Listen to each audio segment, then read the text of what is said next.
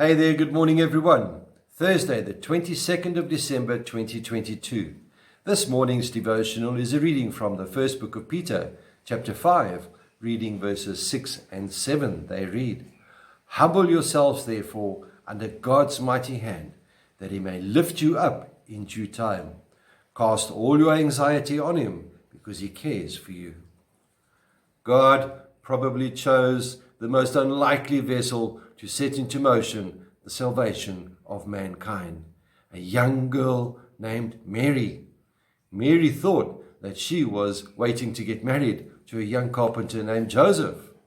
But then something came into her life that was far different. An event that she would never ever have dreamed of in all her wildest dreams. Much about Mary and her relationship with God is revealed when we read about her response to the angel when she was told she would give birth to the promised Messiah. Mary showed tremendous humility of heart, the same quality, humble quality we find in Jesus. A characteristic of humility is receiving, understanding some, though not all of them, misunderstanding and scorn that would surely come. Mary embraced God's new vision for her life without complaining or sarcasm. You want God's grace? Be humble. Mary was humble in spirit. Being willing to decrease so that others can increase is the essence of humility. And this flies in the face of what we are taught in the world today. The world teaches you need to increase so that you can decrease others. God's way is otherwise. You need to decrease so that others can increase. It is important to note that I'm not talking about belittling yourself or self-abasing. A truly humble person is secure and confident in God's love. They know who they are.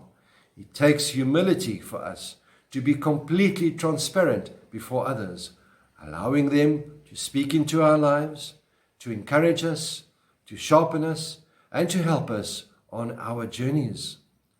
Notice one thing, what happened when the angel ended his time with Mary. He said, "Nothing will be impossible with God." And that's still true to this day. Think of what this obedience meant to this young girl. She needed to confront her future husband, Joseph, and risk a divorce.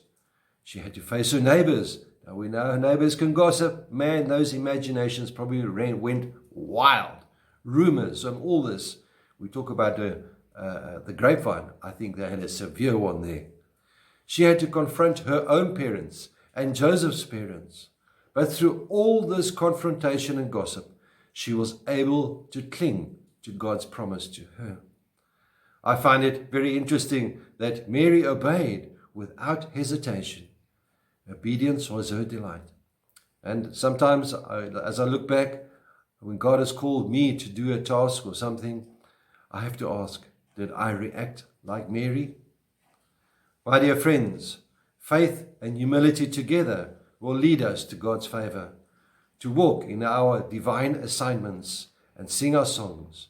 We will need to seek God's presence, understanding that He is the source of all good things.